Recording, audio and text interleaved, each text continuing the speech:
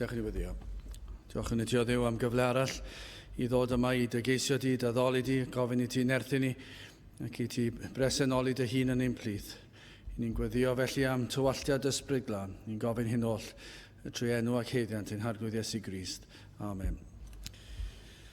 Diolch yn i ddechrau'n gwasanaeth trwy ganu'r emyn rhif 212 ac hefyd 213 o fy Iesu bendigedig unig gwmni Fenaid Gwan. 212 a 213 gen i sefyll i'w chanu.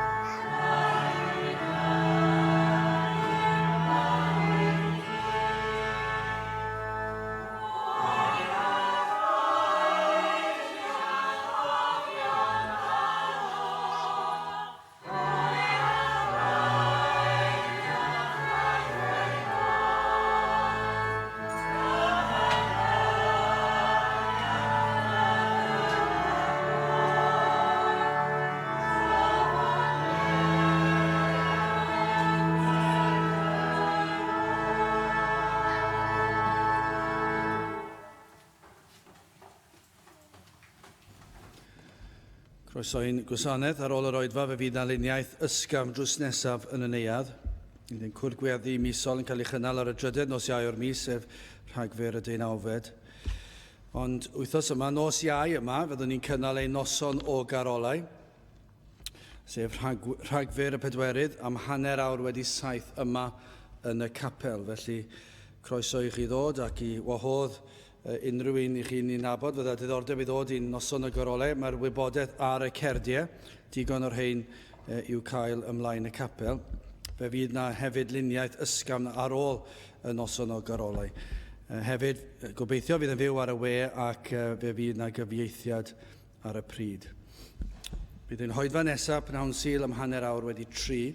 Wrth i ni gymryd y casiad, gawn ni ganu tra ar ein heistedd emyn rhif 430 a 3-4-3-3 yn wastad gyda thi dymunwn fod fy niw.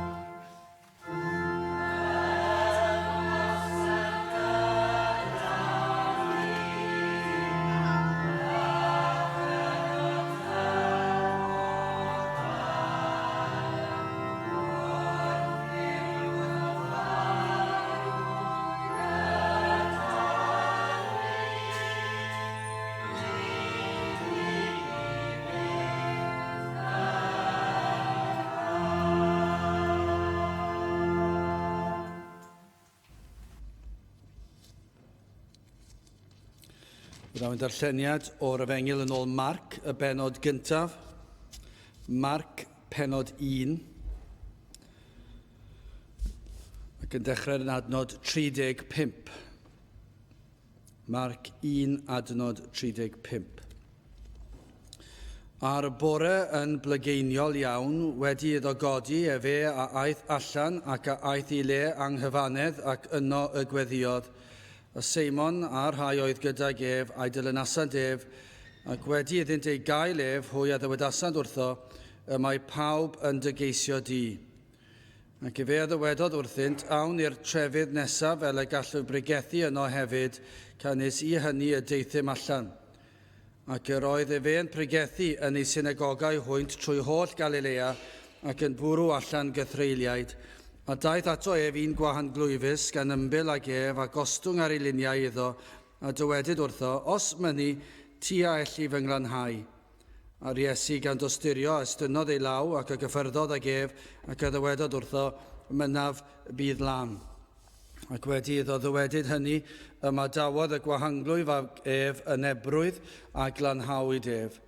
Ac wedi gorchymyn iddo'n gaeth ef a'i hanfonodd ef ymaith yn y man, ac a ddywedodd wrtho, gwel, na ddywedych ddim wrth neb, eithyr dos ymaith, dangos dy hun i'r offeiriad, ac offryma dros dy lanhad y pethau a'r chmynodd Moses, tystiolaeth iddynt hwy. Eithyr fe a aeth ymaith ac a ddechreuodd gyhoeddi llawer a theini'r gair ar led, fel na allai'r Iesu fyned mwy yn amlwg i'r ddinas. Eithyr yr oedd fe allan mewn lleoedd anghyfanedd ac o bob parth y deithant ato ef. Byddai bendith Duw ar ei air sanctaidd ef. Gydewch ni nawr troi at ein harglwydd mewn gweddi. Diolch yn ei ti unwaith eto Dduw am gyfle arall I ddod yma I alw ar dy enw ac I geisio dy wyneb.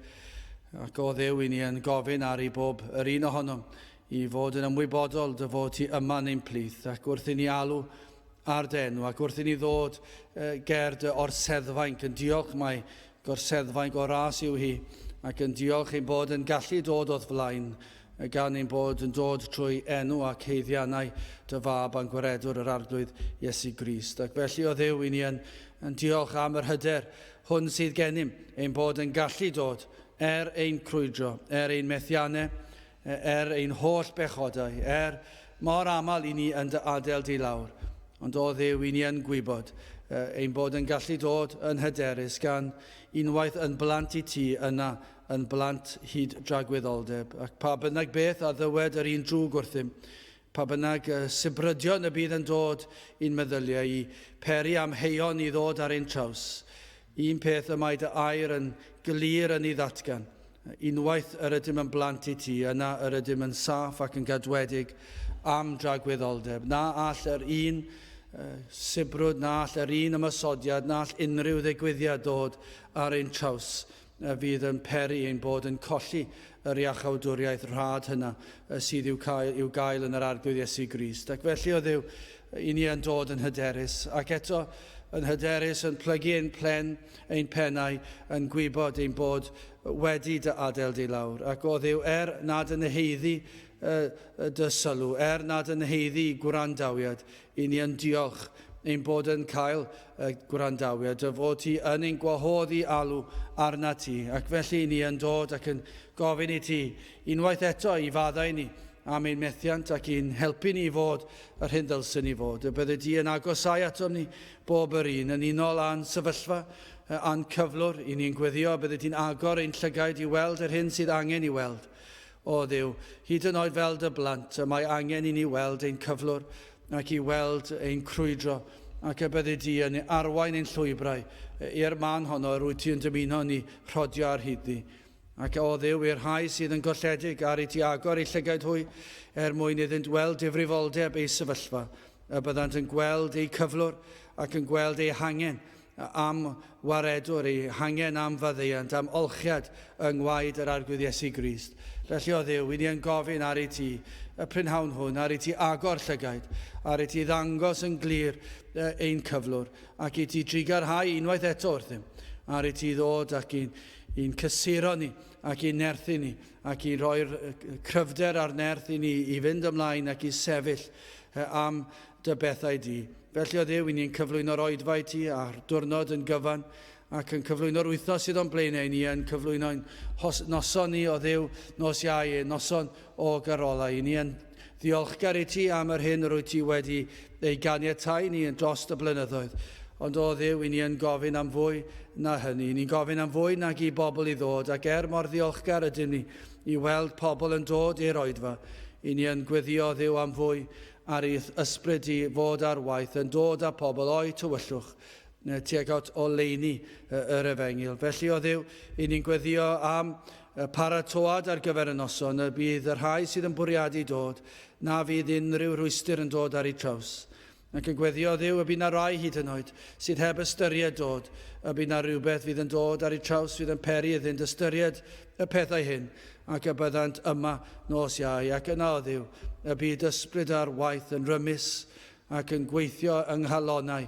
Y rhai sydd yma, rhai fydd yn gwrando ar y we, o Dduw, ni'n gweddio y byddi di yn cael yr holl fawl a'r clod.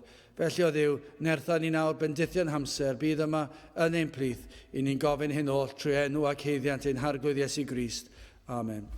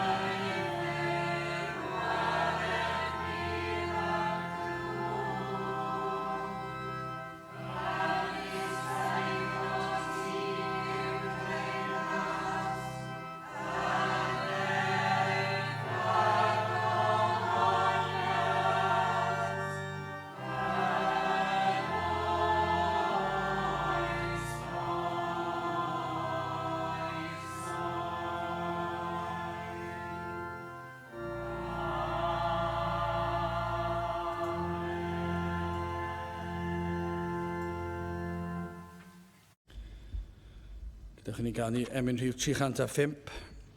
3-5 wele wrth y drws yn curo Iesu, tegwch nef a llawr, cliw ei lais ac agor iddo, paid o gofni funud awr, agor iddo, y mae ei ryddiau fel y wawr. 3-5, gen i sefyll i'w chanu.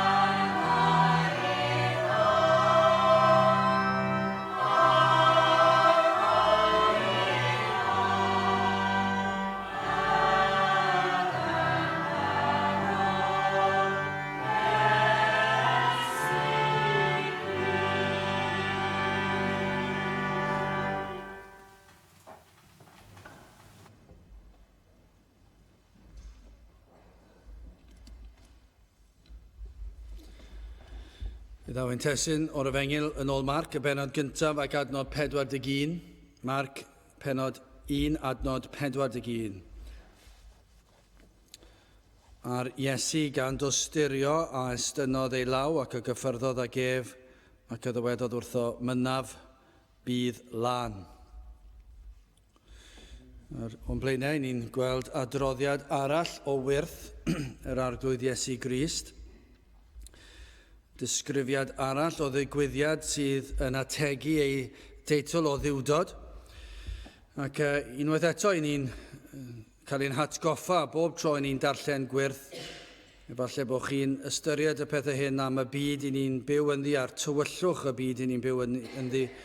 Ac mor bell o ddiw yw ein gwlad a'n byd o ddiw a'i wirioneddau. Achos pan chi'n darllen am wyrth, mi fyddai fe'n deg i ddweud byddai'r mwyafrif yn amau ar hyn sydd yn cael ei hysgrifennu.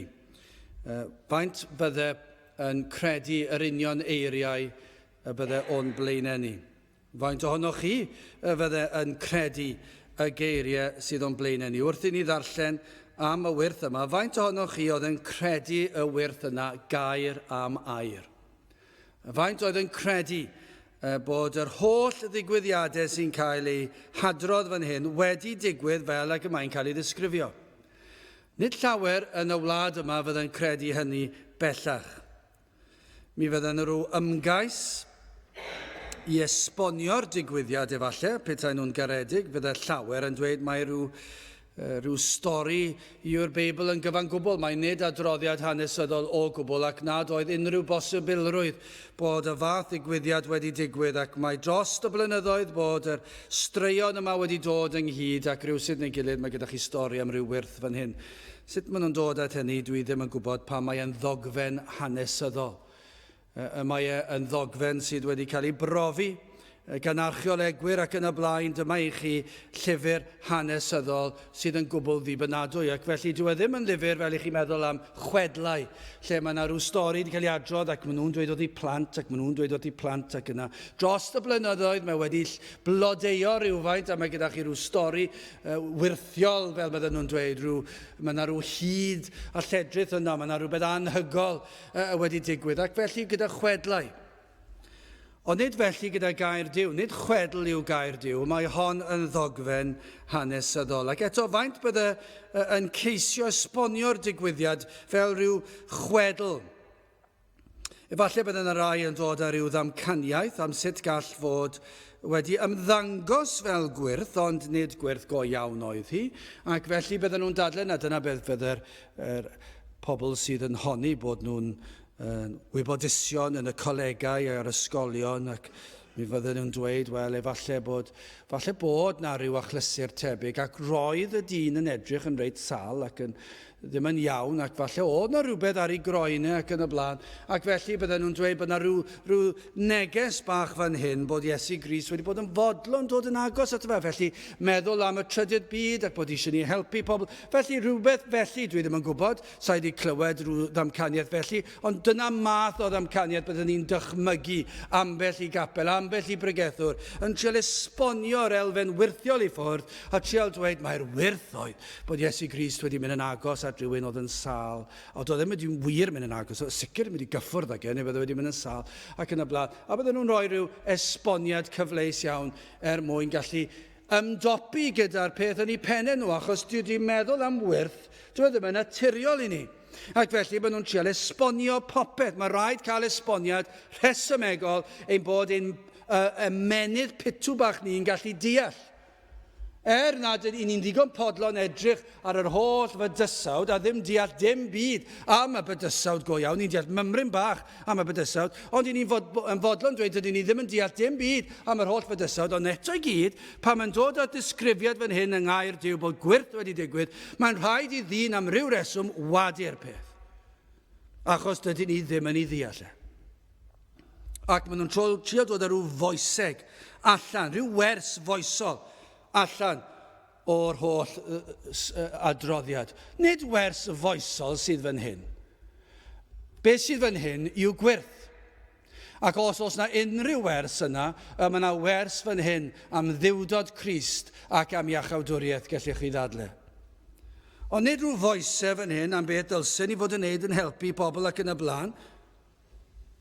Mae yna wirth o iachad fan hyn. Nawr, does dim sôn am ei leoliad o reidrwydd nac amseriad y wirth, ond siŵr o fod mae'n Nghyffiniau Galilea ac siŵr o fod cyn galw'r 12 apostol a chyn y bregeth ar y mynydd. Felly dyna o gwmpas ble a phryd digwyddodd e.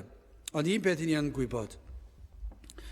Fe ddaeth Iesu Grist i achau cleifion.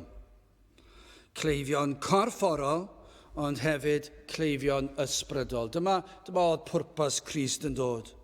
Yn ystod ei holl fywyd, mae wedi rhoi ei fywyd at y dasg o dostirio at yr anghenus.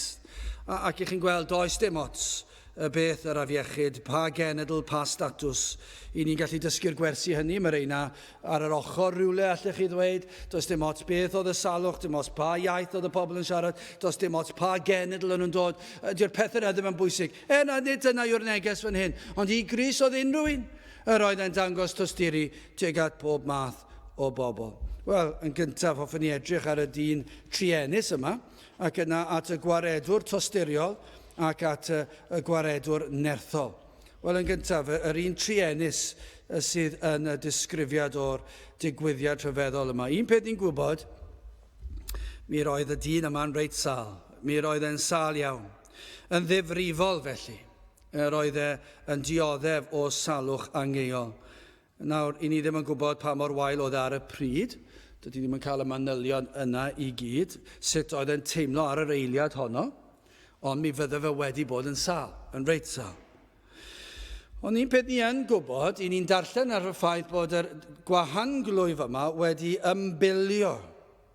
Ac mae hwnna siŵr o fod yn dangos i chi fod y dyn yma o leia yn deall difrifoldeb ei sefyllfa. Nawr, yn yr amser hynny, yn wahanol i nawr, efallai bydd yna lawer o afiechydon, byddwch chi'n meddwl, bydden nhw'n meddwl, wel, gobeithio dwi'n mynd i wella.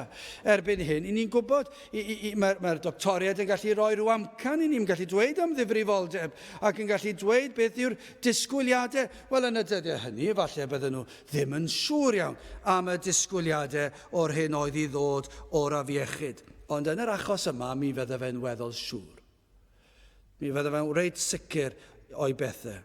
Mi roedd e'n deall difrifoldeb y sefyllfa. Mi roedd wedi gweld pobl eraill o'r blaen yn dioddef o'r afiechyd yma ac yn gwybod nad oedd gwella o gwbl. Afiechyd oedd yn gyffredin yn yr ardaloedd hynny yn y pryd hynny, a doedd dim gwella. Ac yr oedd yn afiechyd a oedd yn effeithio'r holl gorff, yn ymosod ar y croen, ni'n gwybod hynny, ond hefyd yr holl gorff yn fewnol, y gwaed, y cnawd, yr esgyrn, ac mi fydde'r afiechyd yn lledu drwy'r corff, tan fod rhannau o'r corff, yn gyffredinol, y traed a'r bysedd yn pydru, ac yn y diwedd mi fydde'r corff yn peidio ac yn marw. Ac mor ddifrifol oedd yr afiechyd, y teflir, y dioddefwyr allan o'r trefi, ymhell o gyrraedd cymdeithas. Rhag ofn i'r afiechyd ledu ac i bobl eraill i ddal yr afiechyd yma. Felly un peth ni yn gwybod, mi roedd e'n sal iawn ac yn ymwybodol o'i gyflwr trienus. Nawr, i ni yn darllen yn yr ysgrythur am eraill oedd yn dod tuag at Iesu Grist ac yn dod am gymorth, mewn modd gwahanol fathau o bobl. I chi'n darllen yn bellach yn Efengyl Marc, pennod 10 a 17, ac wedi iddo fyned allan i'r ffordd. I chi'n cofio'r hanes yma. Rhedodd un ato, ac ostyngodd iddo, ac a ofynodd iddo o athro da, beth a wnaf, fel yr etifeddwy fywyd tragwyddol. Dyna i chi math gwahanol o berson. Gwbl wahanol i'r un yma. Pryd hynny, dyn ifanc cyfoethog, galluog, yn dod ar rhedeg llawn nerth, ac yn gofyn i'r Iesu. Rhedodd, ac ostyngodd iddo, ac ofynodd iddo. Beth a wnaf mwyn etifeddu bywyd tragwyddol. Yn Ioan 3 adnod 1-2 ac yr oedd dyn o'r Phariseaid. A'i enw Nicodemus, pennaeth yr Iddewon, hwn a ddaeth at yr Iesu. Liw nos Ac y ddywedodd wrth o rabi na ni a wyddo mae dysgawdwr ydw ti wedi dyfod oddi wrth Dduw, cynnes ni allai neb wneithir y gwirthiau hyn yr wyt ti yn ei gwneithir, ond ni bai fod Duw gyda gef. Ac i ni gweld fyna Phariseiad yn dod yn y nos, ac am gwrandawiad gan yr Iesu. Ac felly dyn crefyddol iawn, a rhywbeth ar ei feddwl rhywbeth oedd un i boeni fe. Felly mae gyda chi ddyn ifanc, cyfoethog, yn dod ac yn rhedeg at yr Iesu. Mae gyda chi Phariseiad sy'n dod yn y nos, am ba bynnag reswm oedd e'n dod yn y nos. Falle gormod o ofn i bobl i weld e. Falle dod dim amser o fe yn y dydd, ni'n gwybod, ond fe ddath yn y nos. Ond heddi, i ni'n edrych ar un trienus iawn. Doedd ddim o reidrwydd yn un cyfoethog falle ryw adeg yr oedd yn gyfoethog, ond nawr, sy'n ot am gyfoeth nawr, os chi'n cael y salwch yma, dyw'r cyfoeth yn mynd i wneud dim byd i chi. Ac felly, yr oedd hwn yn un trienus. Yn gorfforol felly ac yn ysbrydol hefyd. Un oedd yn dioddef ym mhob ystyr y gair. Dychmygwch am eiliad dioddefaint yr un yma. Y boen corfforol, gallwch chi ddweud, y marw dyddiol. Oedd yn gwybod mai marw fydd i dynged yn gynt o lawer na'r pobl sydd ddim yn sal, ond oedd yn gwybod mai marw yn fuan iawn byddai'n digwydd iddo fe. Ac mi roedd yn gwybod hefyd y dioddef, na fydde dim byd i leddfu ar y boen iddo fe. Mi fydde fe marw mewn ffordd creulon iawn. Ond hefyd oedd yn dioddef o ran y gwrthodiad gan gymdeithas. Dychmygwch chi goffod troi cefn ar gymdeithas, a'ch teulu a'ch cyfeillion. Hefyd, yr oedd siŵr o fod y boen ysbrydol, achos 2000 o flynyddoedd yn ôl, sydd ddim yn amser hir yn ôl os ych chi'n meddwl am y peth. 2000 o flynyddoedd yn ôl pan digwyddodd hyn, mi fydde'r un yma hefyd wedi cael yr un cwestiynau chi siŵr o fod yn gofyn, wrth fynd i gysgu, a fyddai'n deffro. Ac os na ddeffrau, beth fydd tynged fy enaid i. Ac mi fydde hynny wedi bod yn real iawn i'r un yma oedd yn gorfforol sal ac hefyd yn gwybod unrhyw adeg nawr daw diwedd ar fy amser ar y ddaear. Ac felly hefyd yn y dyddiau hynny mi fydde fwy o ymwybyddiaeth crefyddol ac mi fydde yna ymwybyddiaeth o ddiwdod ac mi fydde yna ymwybyddiaeth o'r enaid ac yn gwybod y bod yna fywyd i ddod ac mi fydde fe wedi bod yn poeni. Ac felly mi fydde'r boen yna wedi bod arno hefyd o wynebu tragwyddoldeb heb gysur. Adnod 40, a daeth ato ef, un gwahan glwyfus gan ymbil ag ef, a gostwng ar ei luniau iddo, a dywedyd wrtho, os mynnu ti a elli fy nglanhau. I ni'n gweld, doedd e ddim yn rhedeg fel y dyn ifanc cyfoethog. Efallai bydde y nos wedi bod yn anodd iddo, bydde fe siŵr o fod ddim wedi gallu mynd yn y nos, bydde blinder corfforol wedi bod yn ormod iddo fe i fynd yn y nos. Felly mae'n wahanol iawn felly, ond un peth i ni'n gwybod, fe ymbiliodd. Mae yna ddigon o nerth i ymbilio. Plediodd a Christ. Cymaint oedd trieni i gyflwr e. Dyma erbyn hyn oedd ei unig obeth. Mi roedd e yn gwybod, does dim gobaith arall i fi. Does dim gobaith i fi. Dwi ddim yn mynd i fyw yn hir. Does dim siawns, does dim unrhyw posibilrwydd fod unrhyw iachad, rhyw wellhad yn mynd i ddod. Ond yna mae'n clywed am Grist ac mae'n dod i fyny ac mae'n pledio a Christ. Gwybod mai dyma oedd yr unig obeth. Nid oedd unrhyw ateb arall. Ond nid yna yw disgrifiad o gyflwr rhai ohonoch chi yma ac mwyafrif o bobl yn ein gwlad ni bellach. Yn wahanol i rai sydd yn dioddef o'r gwahanglwyf, mae cyflwr trienus y pechadur yn effeithio pawb. Nawr gyda'r gwahanglwyf, dyma'n rhai oedd yn dioddef o hynny. Ac os ydych chi'n dod ar traws rhywun oedd wedi gael ac falle wedi cyffwr nhw, falle byddech chi'n ei gael ond gyda pechod, i ni'n edrych ar gyflwr dyn, allwn ni cael darlun fan hyn fel y gwahanglwyf, yr af iechyd angeuol yna, fel yr hyn sydd wedi effeithio pob un ohono ni, sef ein cyflwr o bechod. Ac ein bod ni gyd yn bechaduriaid. Ac un peth ni'n gwybod, mae hwn wedi effeithio pawb. Pob un a aned yn bechaduriaid. Yn Eseia 64 adnod 6, eithaf rydym ni oll megis peth aflan ac megis bratiau bydron yw ein holl gyfiawnderau ni. Nawr, byddech chi'n edrych ar y gwahanglwyf, ac os unrhyw ddillad oedd arno fe, mi byddech chi'n dweud, mae e'n frwnt. Ac dyna yw disgrifiad o pob un ohono ni. Ac os oes trafferth gyda chi yn cydnabod hynny, yna i chi yn bell iawn o fod yn gadwedig. Unrhyw un sydd yn honni bod yn Gristion, mi fydden nhw'n dweud hyn sydd yn wir amdana i, eithir yr ydym ni oll megis peth aflan. Gai ofyn i chi, ydych chi erioed wedi teimlo eich trieni? Ydych chi erioed wedi teimlo euogrwydd eich pechodau? Ydych chi erioed wedi meddwl bod eich megis bratiau bydron yw eich holl gyfiawnderau, eich gweithredoedd da, eich gweithredoedd gorau chi, bod nhw'n frwnt, bod nhw'n afiach? Ydych chi erioed wedi meddwl hynny? Ydych chi gallu cofio rhyw achlysur lle wnaethoch chi helpu rhywun? Ac ydych chi wedi meddwl, mae hyd yn oed hwnna yn frwnt yng ngolwg Duw? Bydd yr rhai yn dweud, o na. Mae hwnna dros ben llestri, dyma chi ar y pobl efengylau yma yn mynd ymlaen am yr un hyn beth eto.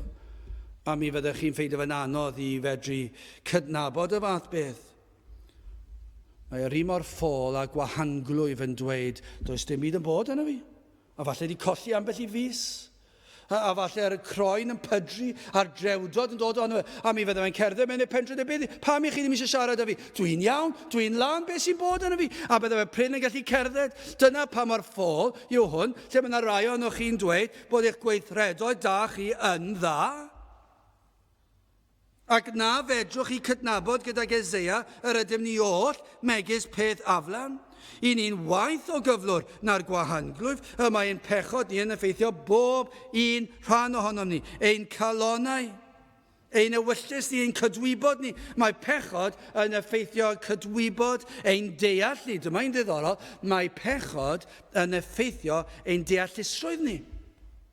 Mae yna ragfarn yn ein deallusrwydd ni.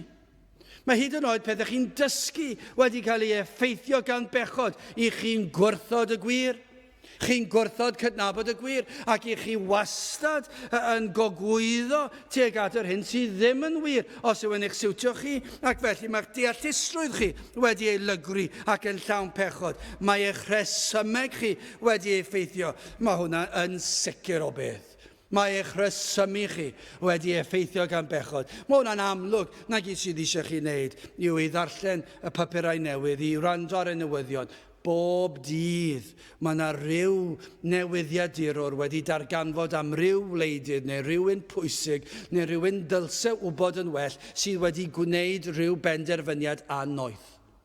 Ac wedi gwneud rhywbeth yn anghywir. Byddech chi'n meddwl, pam fod y pobl yma yn gwneud y pethau sy'n anghywir? Ni wedi clywed am arlywydd America, ni wedi clywed am arweinyddion gwledydd Ewrop, ni wedi clywed yn gwneud pethau o anfoesoldeb rhemp. A chi'n meddwl, pam? Pam bod nhw'n ei wneud e? Maen nhw fyna'n arwain gwlad, cenedl, maen nhw'n byd enwog, a mae'r holl fyd gyda nhw. Fyna maen nhw'n pobl fwyaf pwerus ar y ddaear, ac yna eiliad o wendid, a maen nhw'n gwneud rhywbeth anfoesol. Byddech chi'n meddwl, dyw'r peth ddim yn resymegol. Lle mae'r rheswm nhw? Wel, lle ddwedwch chi lle mae'r rheswm nhw? Yn y pydew. Maen nhw'n bechaduried. Ac felly ar y pryd, dyn nhw ddim yn rhesymu'n iawn. Achos maen nhw'n bechaduried. Maen nhw'n gwneud y penderfyniadau anghywir. Fod i pen nhw'n dweud, dyma beth ddylsyn ni'n wneud. Mae calon nhw'n dweud, dyma beth dwi eisiau wneud. Mae ewyllus yn dweud, dyma beth dwi'n mynd i wneud. Ac yna mae'r holl beth yn dod, ac maen nhw'n gwneud y penderfyniad anghywir.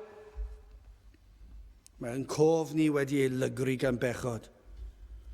Sawl gwaith y mae pechaduriaid yn cofio ac yn eistedd lawr ac yn meddwl am bethau na ddylsyn gofio. Pethau maen nhw wedi gwneud sy'n anghywir ac maen nhw'n cael pleser yn cofio'r pethau drwg hynny. Serchiadau ni. Mae'n serchiadau. Mae yna gymaint o bethau yn y byd yma sydd yn gywir ac yn iawn i'w fwynhau. Ond eto, i ni'n byw mewn byd lle mae serch nhw a'r bethau na ddylsyn nhw fod yn rhoi i serch. Pam? Mae'r afiechyd gwahanglwyfus yma o bechod wedi llygru pob un rhan o fywyd dyn. Hyd yn oed y pethau gorau ohono ni wedi effeithio gan bechod. Mae pechod yn pydru yr enaid. Fe wna yr enaid yn anerbyniol yng ngolwg Duw. Ac chi'n bod beth, nid oes meddyginiaeth ddynol i'w gael. Does dim meddyginiaeth ar y ddaear yma. Does dim un dyn wedi gallu dod o hyd i feddyginiaeth sydd yn mynd i wella cyflwr pechadurus dyn. Ond dyna yw hanes dyn. Hanes y byd yw dyn yn chwilio am feddyginiaeth. Dyna beth yw crefydd. Ond dyna beth yw crefydd. Dyn yn ymwybodol bod na dduw. Dyn yn ymwybodol bod na agendor fawr rhwng dyn a Duw. Mae e mewn tywyllwch, dwi ddim yn gwybod pwy yw Duw, dwi ddim yn deall dim byd am Dduw, ac mae e'n chwilio am Dduw. Mae eisiau cael rhywbeth i roi pwrpas i'w fywyd, dwi ddim yn gwybod pam bod ar y ddaear. Does dim clem gan ddyn pam bod ar y ddaear. Dwi ddim yn deall pam bod e wedi cael ei greu neu osod ar y ddaear. Mae'r rhai digon ffôl i meddwl mae hap a damwain oedd e. Eraill, falle'n fodlon cydnabod bod Duw wedi creu, neu rhyw ran bod Duw wedi creu a wedi cael help gyda rhywbeth neu gilydd. A mae rhyw ddamcaniaethau rhyfedd yn dod, ond yn hyn i gyd mae dyn yn chwilio am ryw ateb i'r boen yma sydd yn nhw, achos mae yna rhyw wacter yna, ac be mae'n neud? Mae'n chwilio am feddyginiaeth, a dyna beth yw crefydd. Mae dyn wedi dod i fyny a ryw grefydd. Darllenwch chi crefydd yr byd, mae dynion wedi creu crefyddau dros y byd i gyd. Beth yw e? Dyn mewn tywyllwch yn chwilio am ateb, ac maen nhw'n ffeindio rhyw broffwyd, neu maen nhw'n ffeindio rhyw berson, neu maen nhw'n ffeindio rhyw dduw dychmygol, rhyw goeden, rhyw garreg, rhyw hael, rhyw seren. Maen nhw'n creu rhyw dduw cyfleus, air neu copr neu beth bynnag yw i, ac maen nhw'n meddwl fe wna i blygu lawr ac fe wna i addoli'r Duw yma. Beth yw hynny? Dyn yn ei gyflwr pechadurus yn chwilio am feddyginiaeth. Mae'n ymdrechu darganfod moddion a fydd yn gallu lleddfu poen cydwybod.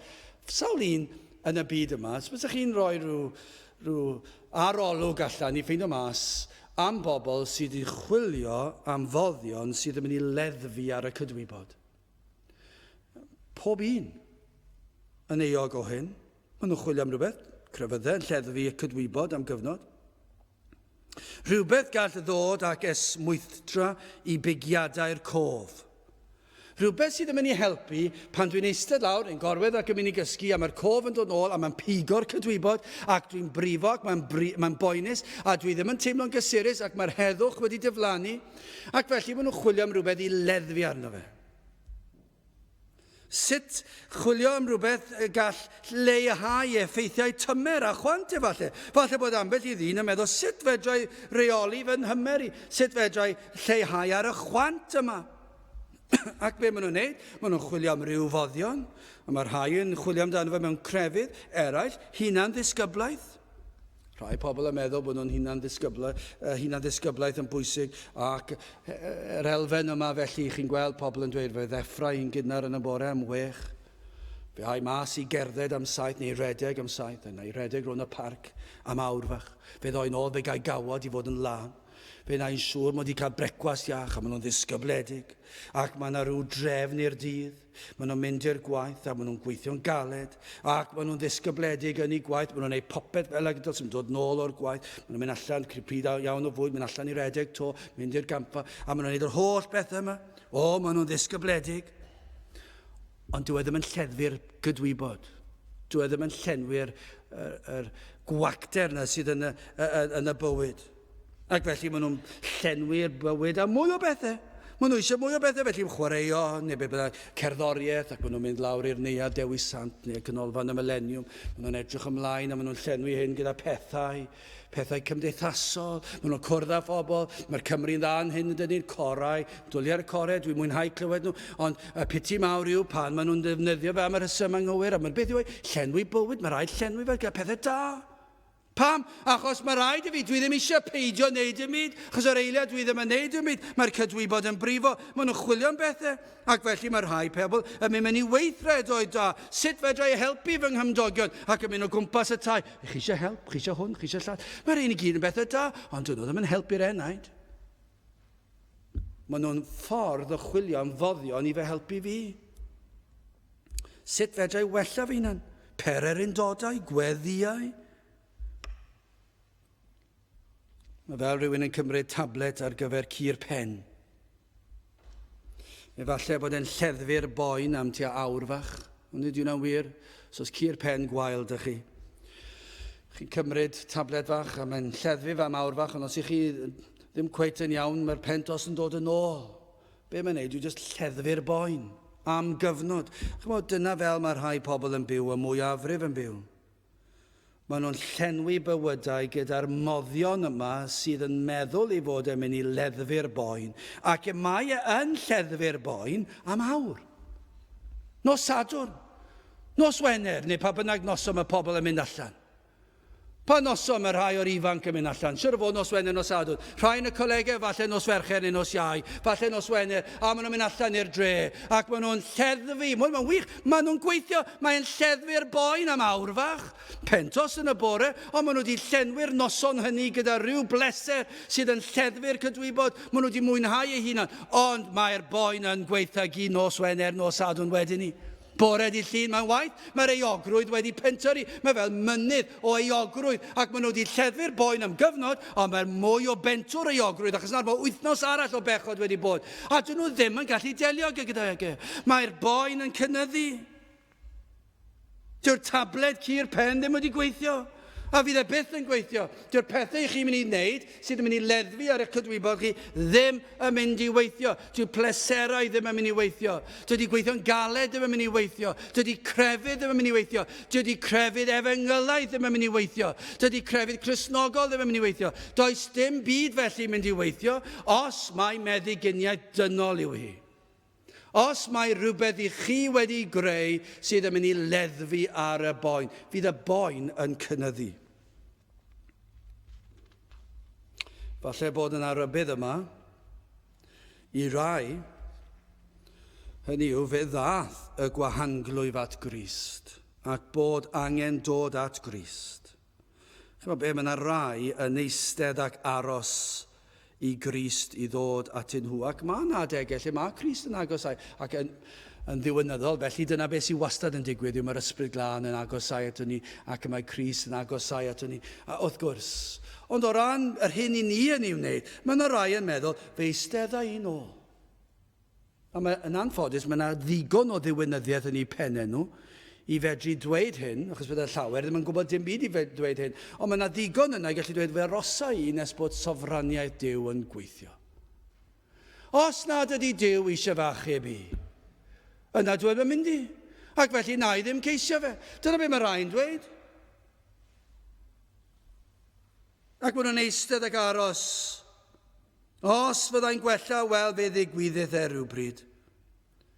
Chyma beth trienus iawn bydde diwedd y gwahanglwyf pe na bydde wedi dod at Grist. Dychmygwch chi, pe na byddai wedi dod at Grist ac yn bilio ag ef, yna marw bydde wedi digwydd iddo fe'n fuan iawn. A dyna'r hybydd i rai yno chi. Mae rai yno chi wedi bod yn eistedd fan hyn ers sawl blwyddyn. A does dim golwg o ddod at Grist. O, mae yna ddigon o bethau da eraill. Pethau neis yw'r yna, mae unrhyw un yn gallu neud nhw. Ond does dim golwg o ddod at Grist. Wel, dyna drieni bydde petai'r gwahanglwyf yma ddim wedi dod at Grist. Wel, gyn ni symud ymlaen i waredwr tosturiol adnod 40 eto a daeth ato ef un gwahanglwyfus gan ymbil ag ef a gostwng ar ei luniau iddo a dywedid wrtho os mynnu tua elli fy nglanhau. Chi'n gwybod beth, mae yna llawer iawn yn yr adnod yma. Mae'n dangos mae un tosturiol oedd Crist yn yr adnod yma. Mae'r ffaith i'r gwahanglwyf agosau at Grist yn brawf mae un tosturiol oedd Crist. Dwi ddim yn dweud hynny fan hyn ag yw. Does dim byd fan hyn yn dweud wrthyn ni. Yr unig beth mae hwn yn dweud i nhw bod y gwahanglwyf yn dod ac yn ymbil ac yn gostwng o'i flaenau ac yn dweud os mynnu tua elli fy nglanhau. Does dim byd fan hyn yn dweud bod Crist yn dosturiol, ond mae yna gallech chi ddweud, os chi'n edrych tu nôl y llinellau, mae'r ffaith i'r gwahanglwyf agosau at Grist, lle nad oedd hawl gwneud hyn, o'r oedd yn beryglus. Ond mae'n gwybod dyma i chi un dwi'n mynd i ddod ato fe. Pam? Siwr o fod oedd wedi clywed amdano. Oedd wedi clywed am wirthiau Crist. Mae un tosturiol oedd e. Wedi clywed am ei drigaredd e, am ei ffaith ei fod yn derbyn pobl fel fe, ac ei fod e am ei helpu nhw. Fe glywodd am ei nerth, fod e tu hwnt i unrhyw nerth a fi o'r blaen. Yr oedd yr un yma wedi clywed am yr Iesu, ac wedi clywed fod nerth yr un yma yn nerth anhygol. Ac yn glwm ar nerth, fod na rhyw lendid, fod na rhyw byrdeb, fod na sancteiddrwydd yma. Nid rhyw hyd oedd fan hyn, oedd e'n gwybod hynny. Oedd e'n gwybod na nid rhywbeth tywyll oedd fan hyn, ond bod yr un yma yn llawn tosturi a llawn erth. Oedd e'n gwybod y gallai ymddiried yn hwn. Wrth ddod at Grist, oedd e'n gwybod bydde fe'n gallu ymddiried yng Nghrist. Mae'n nid tric fydde fe. Chymod beth, nid rhywbeth dros dro. Nid twyll. Chymod, ni'n byw mewn byd ac yn enwedig yn y byd crefyddol. I ni'n gwybod lle mae yna gymaint o bobl sydd yn honni yr pethau rhyfeddol yma. Dwi yn sicr yn credu bod Duw dal yn gallu iachau yn wirthiol heddiw. Ond dwi hefyd yn weddol sicr bod y llawer sydd yn honni y ddawn yma yn llawn twyll a chelwydd ac o'r un drwg mewn ambell i achlysur ac i fod yn faes peryglus iawn. Fyswn ni byth yn mentro dweud nad yw yn bosib, os ydy Duw am iachau rhywun heddiw, a'i fod yn unol a'i wyllus beth sydd yn rhwystro Duw rhag iachau neb? Mae yn rhyfeddu fi bod rhai pobl yn gwadu fod hynny'n bosib. Mae yn gwbl bosib fe all Duw iachau unrhyw un yn unol a'i wyllus ond sylwer, yn unol a'i wyllus nid pan dwi'n penderfynu gweddio dros rhywun, nid pan dwi am roi fy nwylo ar rhywun, nid pan dwi'n clicio bysyd dweud, mi rwy ti'n iach, nid mwyn cael lot o arian mewn i'r capel, nid mwyn honni bod ni'n gallu gwneud pethau rhyfedd ac yn gwneud gwirthiau. Nid yna i pwrpas Pwrpas hwn oedd i ddwy'n clod i enw Crist. Mae'r llawer o honiadau sydd heddi ddim yn dod â unrhyw glod i Grist. Mae'n dod â lot o arian i'r coffre. Ond oedd y gwahanglwyf yma'n gwybod nid tric fydd hon. Nid rhyw gimmick bach fydd yn denu pobl mewn. Oedd e'n gwybod am Grist fod hwn yn un trigarog, llawn cariad a llawn erth. Yr oedd na rhyw gadernid yn y datganiad. Chi'n sylwi beth wedodd os mynnu. Sylwch beth mae'n dweud, ti a elli fy nglanhau. Yr oedd e'n ddim yn dweud, dwi'n gobeithio gellu di fy nglanhau. Yr oedd y gwahanglwyf yma'n gwybod, os wyt ti'n fodlon, os wyt ti'n newyllusio, os wyt ti'n dewis Crist, mi rwyt ti'n gallu fy iachau. Ti a elli fy nglanhau. Mae'n gwybod fe all Iesu Grist ei iachau. Ond dwi ddim yn gwybod os yw Grist am ei iachau. Na'r gwahaniaeth. Ond oedd e'n gwybod gallai o leiaf gofyn. Mi roedd e'n gwybod hynny. Fedrai ofyn o leia. Oes rai felly yma yn gwybod fod Iesu Grist yn abl i faddau eich pechod chi ac ei fod yn abl i roi heddwch i chi a sicrwydd cadwedigaeth. I chi'n gwybod hynny achos chi wedi gweld eraill yn ei dderbyn e. Ond dydych chi ddim yn gwybod os yw e am eich maddau chi. Na'r broblem. Achos chi wedi clywed yr athrawiaeth sydd wedi cael ei bregethu yma am sofraniaeth Duw, etholedigaeth. Ac felly, i chi'n gwybod fod Crist yn abal i faddau eich pechod chi, ond i chi ddim yn gwybod os i chi'n un o'r rhai fod Crist am faddau eich pechod chi. Felly'r gwahaniaeth rhwng yr abl a'r arm. Geiriau bach, falle na hanner eich problem chi. Ddim hanner y broblem, falle na'r holl broblem. Falle chi'n gwybod yn iawn fod Crist, fel y gwahanglwyf, oedd y gwahanglwyf yn gwybod fod Crist yn gallu iachau. Oedd e'n gwybod hynny, mae wedi weld e, mae wedi clywed amdano fe. Ond oedd e ddim yn gwybod os oedd e am i iachau, ac oedd e'n iawn i feddwl ni rhyw raddau. Ac yn barchus, ac yn ostyngedig. Ond ti'n be, mae'n rhai yn penderfynu, os nad ydyn nhw'n gwybod os yw Crist am eich maddau, ei bod yn ei adael e. Ac felly yn penderfynu peidio dod ato fe o gwbl. Mae'n ormod o risg. Beth yw pwrpas dod at Grist os nad yw e eisiau fy maddau fi ac felly be nai fe ai'r byd ta beth. Dwi eisiau mwynhau rhywbeth, felly na i fwynhau'r byd a dwi ddim yn mynd i fentro arno fe. Ond sylwch nid felly'r gwahanglwyf. Roedd ei gyflwr e mor drienus. Falle petai'r dechreuadau'r a salwch, falle fydde wedi bod yn wahanol, dwi'n yn gwybod, ond siwr fod dechrau salwch, bydde fe'n gwybod os dim gwella fan hyn, ond falle bod wedi mynd yn bell ac yn ddifrifol wael, ond pa bynnag man oedd e, mi roedd e mor drienus, fe ddath e'n ostyngedig, a fe daflodd ei hun ar drigaredd Crist yn llwyr. Doedd dim gobaith arall ganddo. Doedd e ddim yn gallu pledio unrhyw ddaioni ynddo ei hun. Doedd e ddim yn mynd i ddod â'n at Iesu Grist. Dwi wedi bod yn wahanglwyf da. Doedd e ddim yn gallu dweud na. Beth oedd pwrpas dweud dwi wedi bod yn wahanglwyf da? Neu, cyn i fi fod yn wahanglwyf, mi roeddwn ni'n dda. Neu roeddwn ni'n bwysig. Doedd e ddim yn dod â dadle hynny. Beth dath e? Dath e lan at Grist. Edrych arnau. Dwi'n frwnt. Dwi'n marw. Dwi'n eog. Mae angen help arnau. Mi roedd e wedi ddeall e. Doedd dim gobaith arall ganddo. Dim ond cyffesu ei gyflwr trienus a phwyso ar dosturi Crist. Ond nid dyna beth sydd angen i chi wneud, dyna'r broblem. Dyw pobl ddim yn cyffesu eu hangen nhw. Dyn nhw wedi gweld eich hangen nhw. Mae rhaid chi weld eich angen chi. Mae rhaid chi gweld eich cyflwr trienus chi. Does dim gobaith arall. Does dim meddyginiaeth arall. Does dim crefydd arall. Does dim pleser gall delio gyda'ch cyflwr chi. Mae'n rhaid dod at Grist. Os ych chi eisiau ateb i'r broblem yma, lle fy gwacter yn eich enaid chi, a'r pwrpas byw, os ych chi eisiau atebion i'r ein i gyd, yr ateb yw dewch at Grist. Nawr chi'n gweld tysturi Crist yn weithredol nad o'n 41. A'r Iesu gan dosturio a estynodd ei law ac a gyffyrddodd ag ef ac a ddywedodd wrtho mynaf bydd lan. Nawr i ni'n gwybod mae'n tosturiol oedd Crist. Chi roed wedi cwrdd ar rhywun. I chi meddwl, mae'r person yma yn llawn tosturi. Maen nhw'n bobl hyfryd ac i ni'n gallu fod yn ddiolchgar am y nifer o bobl i ni wedi nabod gellir cael ei disgrifio fel hyn.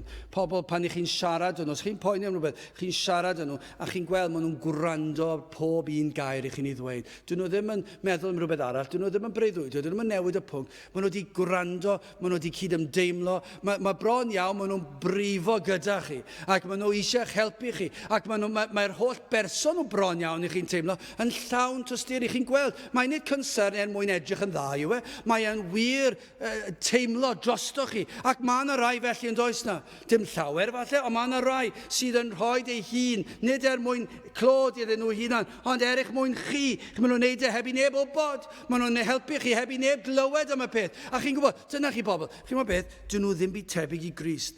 Mae holl berson Crist yn llawn tosturi. Mae'n teimlo dros y gwahanglwyf. Mae'n teimlo triennu dros fe. Y boen corfforol, y boen meddyliol, y boen ysbrydol, pob rhan ohono fe. Mae am ei helpu fe. I ni gweld hynny yn y ffaith i Grist adael y nef a dod lawr i'r ddeiar, lle byddai'n cael ei wrthod, ei gasau, ei gamdrin, lle byddai'n cael ei wawdio. Oedd Crist yn llawn tosturi'n byw ar y ddeiar yma, lle byddai'n cael ei ladd yn y diwedd ac yn derbyn digofaint y tad yn cael ei dywallt arno. Dyna i chi un tosturiol sydd yn fodlon dioddef hynny oll. Mae fywyd yn dangos ei dosturi ei holl weinidogaeth yn llawn trigaredd. Mae yna dosturi yn y ffaith i Iesu Grist drefnu y bydde yno yn gwybod am fydolaeth a chyflwr y gwahanglwyf cyn iddo ei weld hyd yn oed. Fe drefnodd Crist yn rhagwyddoldeb yn ei ragluniaethau y byddai yno i gyfarfod ar gwahanglwyf. Dyna i chi dosturi, nid hapa damwain yw bwmpa mewn i rhyw berson sy'n sal. Yr oedd e wedi drefnu yn rhagwyddoldeb. Yr oedd e'n gyfarfod oedd i fod ac mae e yno. Dyna i chi dosturi. Ond llun i ddweud na hynny am heddiw. Pa beth bynnag yw eich pryderon chi, eich ofnau, eich tristwch, eich cyflwr, y mae Duw yn gallu trefnu yn ei sofraniaeth, yn ei ragluniaethau, eich bod chi yma heddiw yn gwrando ar yr union neges hon. Ond nid ydych chi'n credu hynny?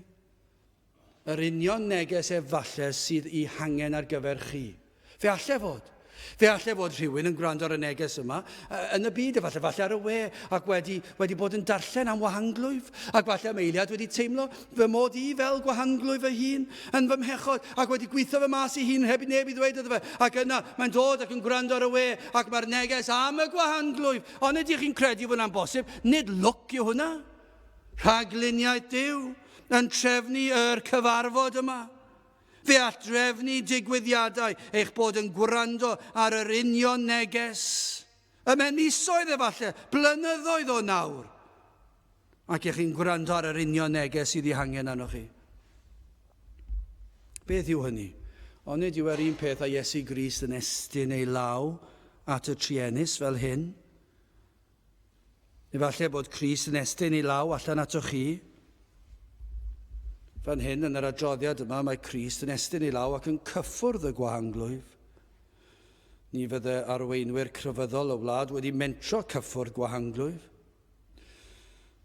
Gai ofyn a yw Crist yn estyn allan ei law at rhywun heddi? Oes yna un yn dweud, os mynnu Crist fy glanhau, os yna rhywun yn dweud na, os mynnu di? Falle bod yna rhywun eisiau cael ei glanhau, ond yn dweud, os mynnu di, os wyt ti'n fodlon. Falle bod chi wedi dod i'r man lle nad oes na ateb arall. Falle chi wedi trio popeth arall, y byd, crefyddau, pleserau, a does dim byd yn helpu. Ac o'r diwedd i chi wedi dod at Grist. Ond mae yna broblem arall, y mae euogrwydd eich bod wedi trio pethau eraill gyntaf. Mae Satan yn un da yn wneud hyn, mae e'n atgoffa chi fe dries di rhywbeth arall cyn dod at Grist. Wyt ti'n credu fod Crist yn mynd i faddau i ti? Dyna be fydd yn dweud. Mae'r euogrwydd yma am drio pethau arall ac efallai yn gwybod beth oedd yr ateb, ond eich bod wedi gwrthryfela yn ei erbyn. Ac oherwydd hyn, i chi meddwl ond beth nawr, os nad yw Crist am faddau, ac i chi'n cael yr amheuon yma. Chi'n gwybod beth fydde'r ateb, ond i chi'n cael yr amheuon yma, i chi'n meddwl, wel, os ydw i wedi bod yn ffôl, os dwi wedi cael y cyfleon, a dwi wedi wrthod e. Ond ydy hwnna'n broblem i bobl sydd wedi cael eu magu ar aelwydydd Cristnogol, ac yma nhw wedi troi, ac wedi mynd at y byd, ac yna'r euogrwydd yma. Beth os nad yw Crist am faddau?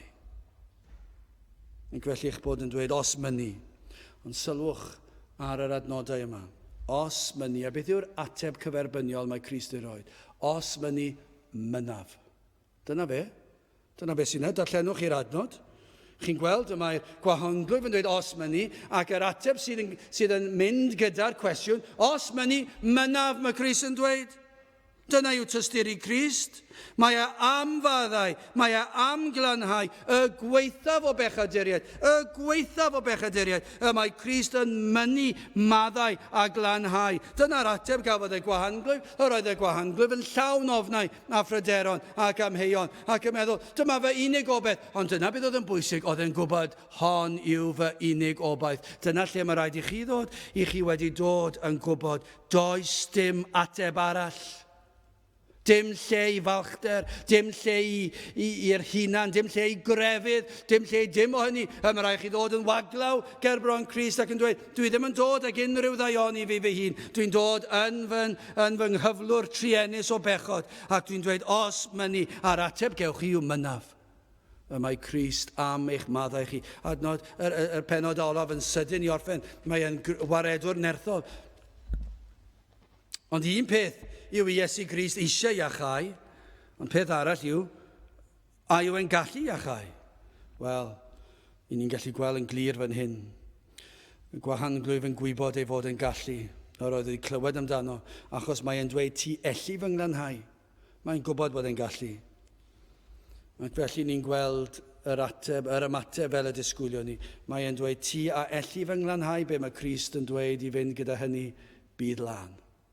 Dyna'r ddoi. Os mynnu, yr ateb mynaf.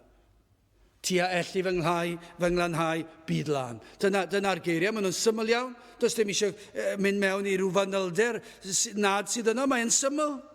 Dim ond dweud y gair oedd rhaid. Roedd y fath awdurdod a nerth a phwer yn ei eiriau. Pam? Mae gair Duw oedd y geiriau'n dod o engau Crist, yr oedd yn ddiw ac yn holl bwerus. Adnod 42, ac wedi ddywedyd hynny. Yma dawodd y gwahanglwydd ag ef yn ebrwydd a gwalanhawyd ef. Deliwyd a'i gyflwr yn syth bin. Diflannodd yr afiechyd yn llwyr, yn sydd roedd yn lan. I ni'n gwybod fod yn lan, ac mae nid tric oedd e, achos mae Iesu Grist yn gwneud popeth yn gywir ac yn unol ar ddeddf. Ac fe anfonodd yr gwahanglwyf oedd wedi gwella at yr offeiriad, oherwydd yno fydd yna gadarnhad ei fod yn lan. Ac felly oedd e'n gwybod, o dod dim amheuaeth fod e'n mynd i ddod nôl fan hyn. Yr oedd e'n lan, oedd roedd Crist wedi gwneud gwyrdd. Nawr gai ofyn i chi, a ydych chi yn yr un cyflwr o fryntni trienus oherwydd eich pechod? Ydych chi wedi dod at y man a allir gwneud dim byd arall? Wel, i ble sy'n rhaid i chi fynd prynhawn ma te? Wel, mae'n syml iawn yn diwy at groes Iesu Grist. Chi'n beth, dyna ble trefnod Crist eich glanhau chi. Dyna beth mae'r Efengil yn llawn ohono fe. Roedd yr Iesu'n fodlon glanhau'r gwahanglwyf yn llawn, allwch chi ddweud. Ym mhob ystyr y gair yn gorfforol ac yn ysbrydol pob peth, yr oedd Crist yn abol i'w lanhau yn llwyr o'i bechod hefyd. Ac felly chi, yn eich trienni chi, yn eich pechod chi, os dewch chi at Grist, dyna'r man lle drefnodd Iesu Grist eich golchi chi, sef yn ngwaed yr Iesu, yn y gwaed a lifodd ar y groes. Ond nid yw'n ddarlun hyfryd pan oedd Iesu Grist yn marw ar y groes ac yn cymryd ein cosb am ein pechod, ac yn cymryd i gofaint yn tad arno ef yn lle arno ni, mae'n cymryd yr holl beth yn ein lle ni, ac felly pan mae ar y groes yn derbyn y gosb am ein pechod ni ar elfen weledol yna, ni'n gweld y gwaed yn llifo, mae'r gwaed yn arwydd i ni fan hyn, i ni'n gallu cael ein golchi yn y gwaed ac yn cael ein golchi'n llwyr lan o'r afiechyd angheuol o bechod. Ac y mae'r tad yn fodlon ac aberth y mab, fodlonod Crist y tad ym mhob dim. Cyflawnodd yr holl ddeddf yn ein lle, cymerodd y gosb yn ein lle. Felly os ych chi wedi blino ar eich pechod ac yn gweld bod y trienni yn ofnadw a does dim gobeith arall i chi, does dim ateb arall i chi, yna dewch at y groes a derbyniwch y glanhad. Chybod, wrth i'r gwahanglwyf ddod at Grist, fe gredodd. Wrth bledio am lanhad, fe gredodd yng ngallu Crist i'w lanhau e. Ac wrth i chi ddod at y groes, chymod be fydd yn digwydd? Fe fyddwch chi'n derbyn rhodd. Dyma'r broblem. Mae rai pobl yn meddwl, dwi ddim yn gallu credu, ac felly dydyn nhw ddim yn dod. A maen nhw'n aros nes bod nhw'n gallu credu. Ond y broblem yw hyn, wrth ddod, mae'r rhodd o ffydd yn cael ei rhoi i chi. Mae rhaid i chi wneud, mae rhaid i chi gredu, ond mae rhaid i chi cael y ffydd i gredu. Ond mae'n ddirgelwch. Ond chymod beth, os chi'n eistedd lawr yn gweddill eich bywyd chi, fydd e fydd yn digwydd. Mae angen i chi ddod at y groes, ond wrth ddod at y groes, wrth ymateb i'r Efengil, mae'r rhodd yn cael ei rhoi i chi, ac mae'r rhodd honno yn rhodd o ffydd, ac i chi'n cael y gallu i ymddiried yng Nghrist yn llwyr fel eich unig gobaith am iachawdwriaeth.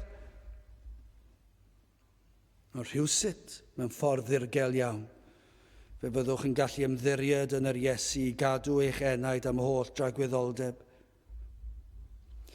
Sylwch hwn, nid yw pobl yn golledig oherwydd ei bod yn rhifrwnt. Ond nid yw'n bwysig. Y mae pobl yn golledig oherwydd na ddont at Grist. Dyna'r neges. Y mae pobl yn golledig oherwydd dydyn nhw ddim yn dod at Grist am iachawdwriaeth. Nid oherwydd ei bod nhw'n rhifrwnt. Dyw pobl ddim yn mynd i fod yn olledig oherwydd bod nhw'n rhifrwnt. Os ych chi'n frwnt yn llawn euogrwydd, ond yn dod at Grist, fe fydd yn eich golchi chi'n lan. Y broblem yw, dyw pobl ddim eisiau dod at Grist, ac y fydd yna rai fan hyn efallai sydd ddim eisiau dod at Grist. Ac i chi meddwl fe barhau a byw fy mywyd, yn fy mryntni, yn fy mhechod, yn fy poeni, yn fy holl bryderon, a fe wna i trial llenwi fy mywyd i leddfu ar y boen, ac i chi'n cario ymlaen, ac fe fydd y peth yn gweithiogi. Ond chi'n gwybod beth yr rhai sydd yn gweld ei bryntni, ac hyd yn oed ar y degl yn teimlo bod nhw'n rhifrwnt. Ond does dim un yn rhifrwnt i Grist. Y mae Crist am faddau ac am golchi ac am rhoi achawdwriaeth i'r rhai fwyaf brwnt. A daeth ato ef un gwahanglwyfus gan ymbil ag ef a gostwng ar ei luniau. A dywedyd wrtho, os mynnu ti a elli fy nglanhau.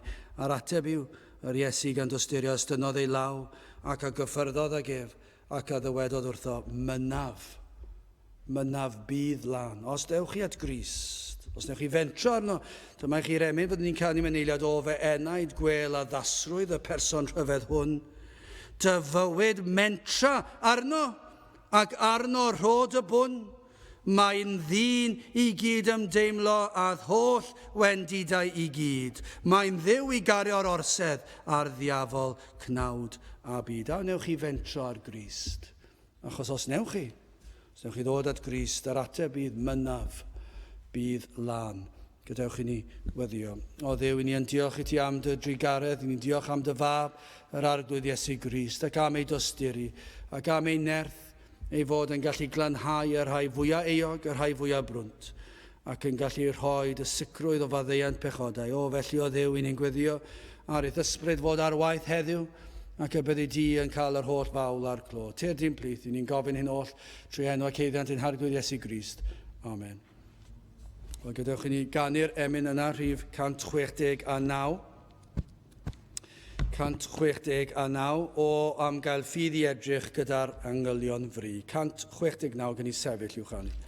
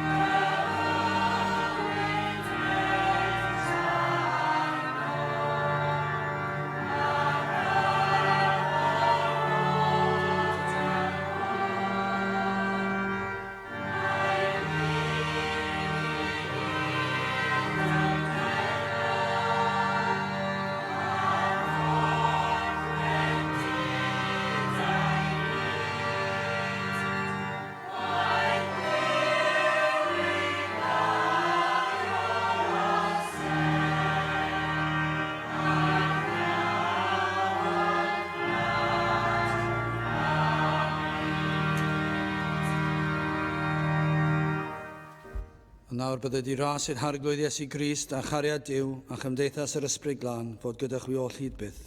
Amen.